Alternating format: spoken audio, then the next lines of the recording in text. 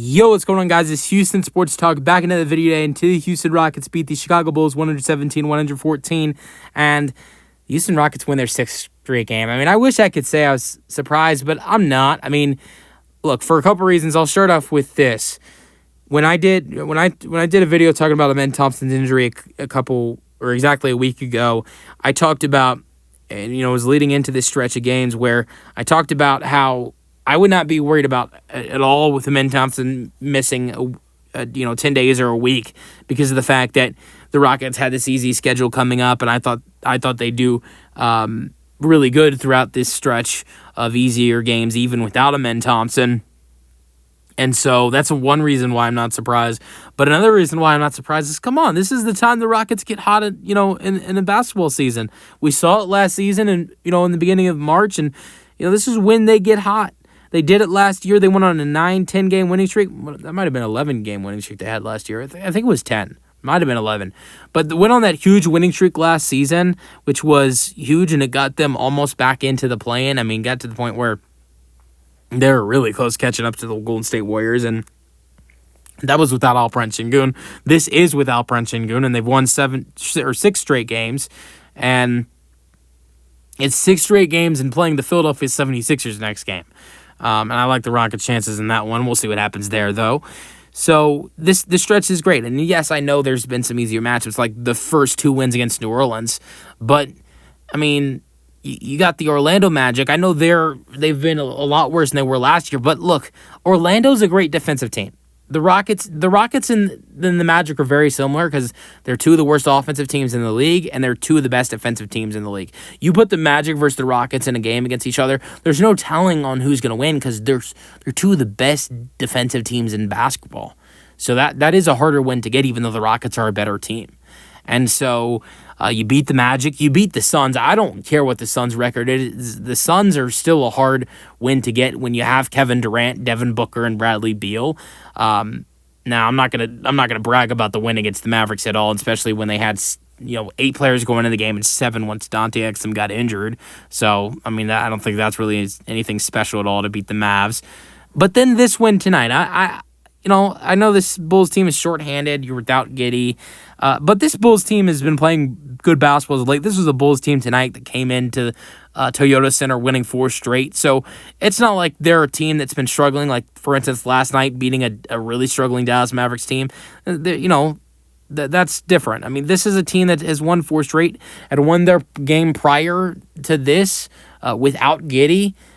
Beat the Nets by 6 points, a team the Rockets have not been able to beat this year, lost twice to the Brooklyn Nets.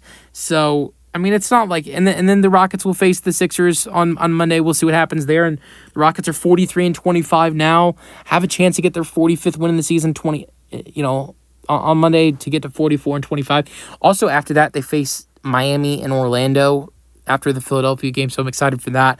And I'm really excited for the way this Rockets team has played basketball in the last 6 games, and I think they could carry this over. I wouldn't be surprised if this Rockets winning streak is potentially at 9 when we look into these next couple games with the final home game and this home stand against Philadelphia and then the 2-game Florida trip. I wouldn't be surprised if this winning streak goes to 9. But this was a great win for the Rockets, 117-114. Let's get into it. So, Rockets' leading scorer tonight was Jalen Green, 28 points. He took a lot of bad shots in this game, but there were a lot of bad shots that he took in this game that went down. And he did take some good shots. Now, but I thought the best shot he took in this game, which was the most important shot of this game, was off of a Dylan Brooks missed 3. Jalen Green, comes out of nowhere and puts it back up to give the Rockets a 4-point lead. That's the biggest play of the night for this Houston Rockets team. I mean, maybe that is up there. Maybe the Fred VanVleet shot that he hit at the end of the second quarter, that might be up there as well. Because if you look at it, if VanVleet doesn't hit that 3-pointer right there for the Houston Rockets, we're talking about this game going to overtime. Because Fred hit that shot at the end of the second quarter, that was a huge shot for the Rockets. I think that brought momentum going in. That I do believe a lot. Because if Fred doesn't hit that shot right there, at the end of the second quarter, the Rockets are down 8 to the Chicago Bulls at halftime. The Rockets came out in that third quarter with a good energy and outscored Chicago by 7 points to then be up by 2 going into the fourth quarter. I don't think they have that type of energy going into that third quarter. And Fred VanVleet doesn't hit that shot to make it a 5-point game at halftime. So Fred VanVleet's shot was huge for the Rockets as well. The 3 that he hit at the second quarter buzzer. But the most important play for the Rockets tonight of the entire night was the Jalen Green play he made where he got the rebound off of Dylan Brooks' missed 3 and put it up and gave the Rockets a 4-point lead. But he still had a great night. It was 28 points, 6 rebounds, 3 assists. I mean, look, I hate to say something bad about Jalen with the way he played tonight because he played great. There were a lot of, I thought, dumb shots he took tonight, but we wouldn't be talking about a Rockets win, I don't think, if it's not for Jalen Green. I don't think the Rockets win this game tonight without Jalen Green. And here's the thing I think is, key to say. And I got frustrated a little bit while watching Jalen tonight and with one of the shots he took. And, I have to remind myself when one of these, it's not just him. It's really a lot of these young players on this team. I remind myself every time I get frustrated off of dumb play, whether it's Jalen or another young guy on this team makes, and I have to remind myself these are young kids that are still trying to, develop and are still got a lot of things to learn. So, but he played great tonight. That's the key point. And I'm going to get to Fred next because I know Alperen Sengun probably was the best player tonight outside of Jalen Green, or maybe just the best player in this game for the Rockets tonight. But I thought Fred's performance was key tonight. I talked about how pivotal I think his 3-point shot that he made going into the halftime was, but just his second quarter in general was. He scored 18 points in that second quarter, and if you look at it, the Rockets get outscored 36-20 in that second quarter if it's not for Fred VanVleet. Just huge. And yes, Fred only scored 5 points in the other quarters of basketball tonight, quarters 1, 3, and 4. There was only 5 points for Fred VanVleet tonight. But if he played the way he did, in quarter 2, the way he did in 1, 3, and 4, I think we're talking about how the Rockets got blown out by the Chicago Bulls tonight. Fred VanVleet's second quarter was huge with the 18 points, and without him, the Rockets would have been down by, they would have been, without Fred, they would have been down by, they would have been down by 23 points at halftime without Fred VanVleet's second quarter. Absolutely huge. 5 for 14, 23 points, 7 assists, 4 rebounds, 1 block. That's not including the couple assists he had in that quarter as well. 8 for 20 from Fred on the floor tonight. Alperen Sengun was amazing, though, tonight as well. 24 points, 15 rebounds. At halftime, he only had 6 points and 10 rebounds, so he was more effective on the point side of things in the second half.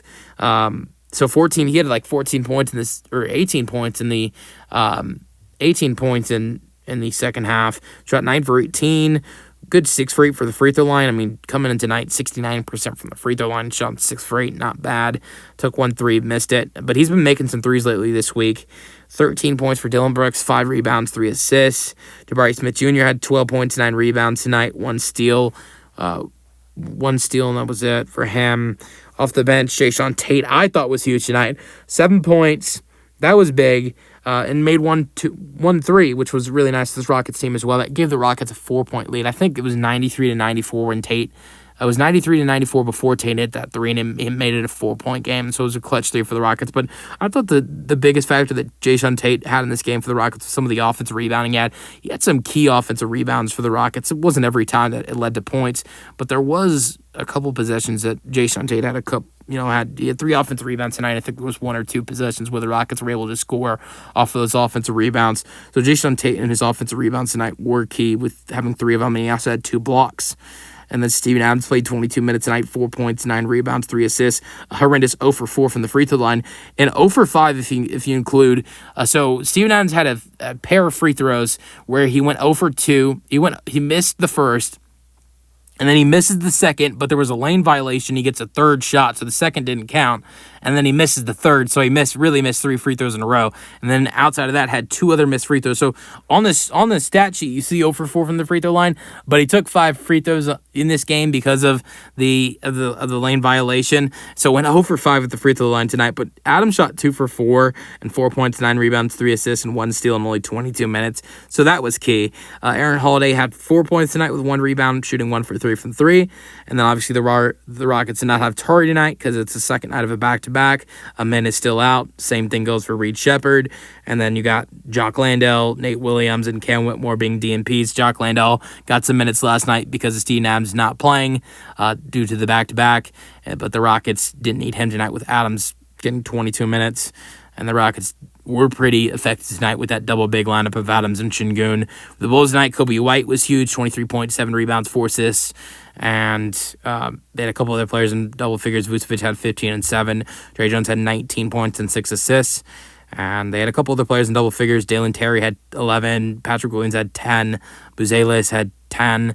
And the Rockets get a 3-point win. This wasn't an easy one, though. But I think outside of the first quarter, the Rockets handled things pretty nicely. I mean, quarters 2, 3, and 4, the Rockets outscored the Bulls by a total of, it was 10 points. The Rockets outscored the Bulls by 10 points from quarters 2, 3, and 4. Let me know your thoughts on the Rockets 117-114 win in the comment section, and peace out. Go Rockets.